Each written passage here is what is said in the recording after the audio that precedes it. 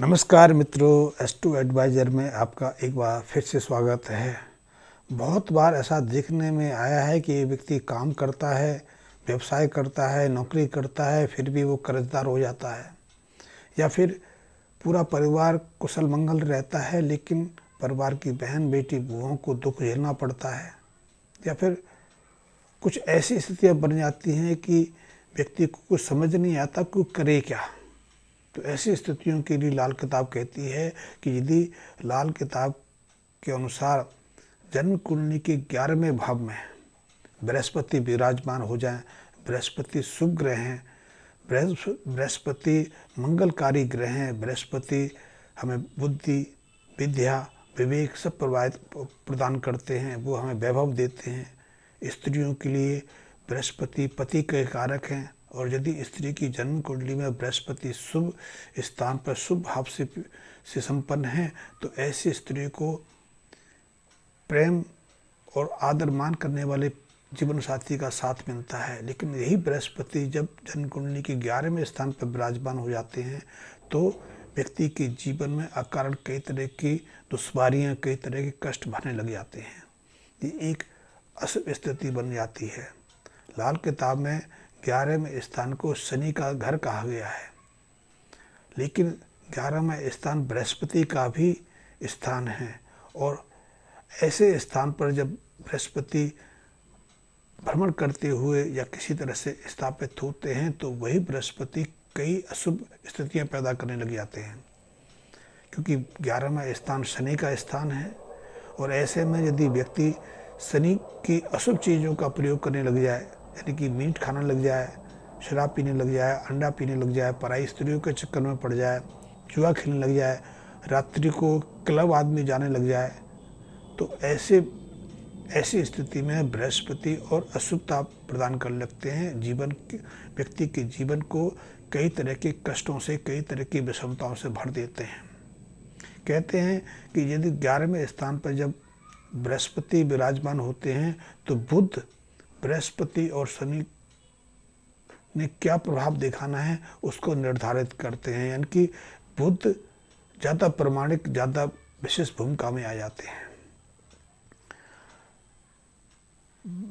11वें स्थान को न्याय का स्थान कहा गया है, जैसे कि 9वां स्थान धर्म का स्थान है, तो इसी तरह से 11वां स्थान न्याय का है, और व्यक्ति जो न्याय करता है वो बुद्ध के अनुसार करता है।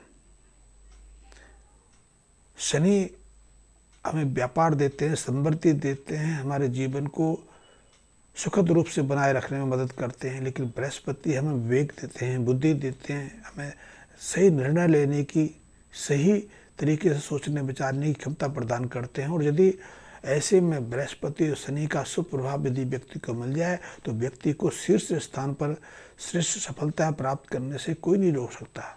लेकिन यही बृहस्पति 11वें स्थान पर आके व्यक्ति के जीवन में कई तरह की विषम स्थितियाँ पैदा करते हैं। इसलिए 11वें स्थान के बृहस्पति को खजूर का पेड़ भी कहा गया है।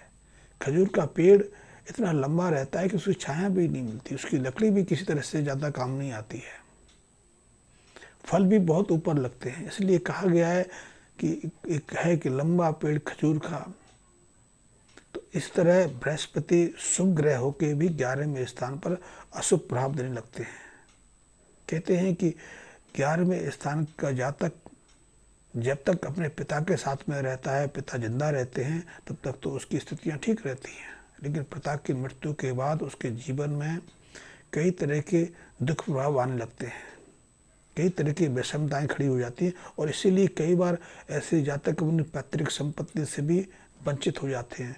उन्हें पिता की संपत्ति से कुछ भी भाव नहीं मिलता नहीं है। कहते हैं कि यदि बृहस्पति 11वें के स्थान पर चंद्रमा पीड़ित हो जाए, जो चंद्रमा अष्टम, बुध 6वें स्थान पर विराजमान हो जाए, तो व्यक्ति के जीवन में और दुश्वारियाँ और कष्ट पैदा हो जाते हैं।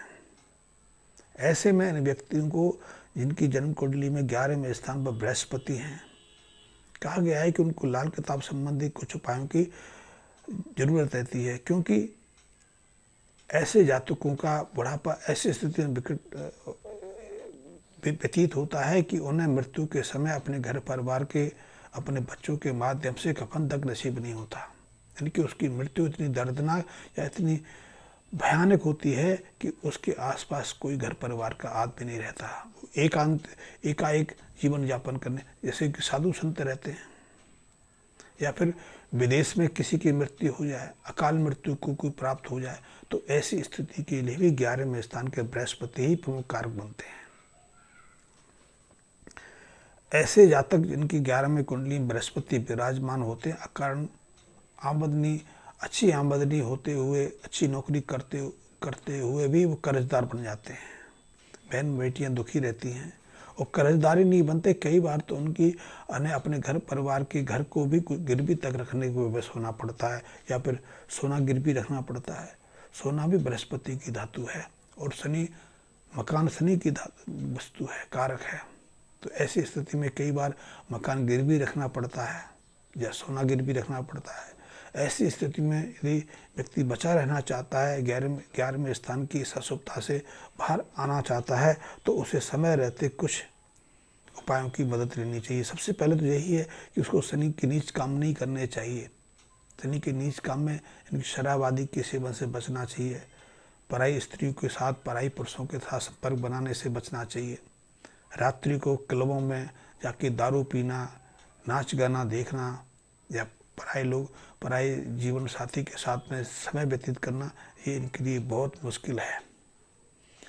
यदि वो ऐसा काम करेंगे तो उनका बृहस्पति और नीच और अशुभ बनता चला जाएगा। ऐसे लोगों को बृहस्पति की इस नीचता से बचने की राहु संबंधी कुछ उपाय करने चाहिए। जैसे कि इन्हें तांबे का कड़ा अपने हाथ में पहनना चाहिए, सोना अपने गले में धारण करके रहना चाहिए, कान छिदवा के सोना धारण करना चाहिए। समय रहते हुए इन्हें जब भी इनको समय मिले किसी मंदिर में जाके पूजा वाला नारियल कुछ पुष्पों के साथ अर्पित करना चाहिए। ये उपाय के माध्यम से वो अपने जीवन में कुछ सहजता प्राप्त कर सकते हैं।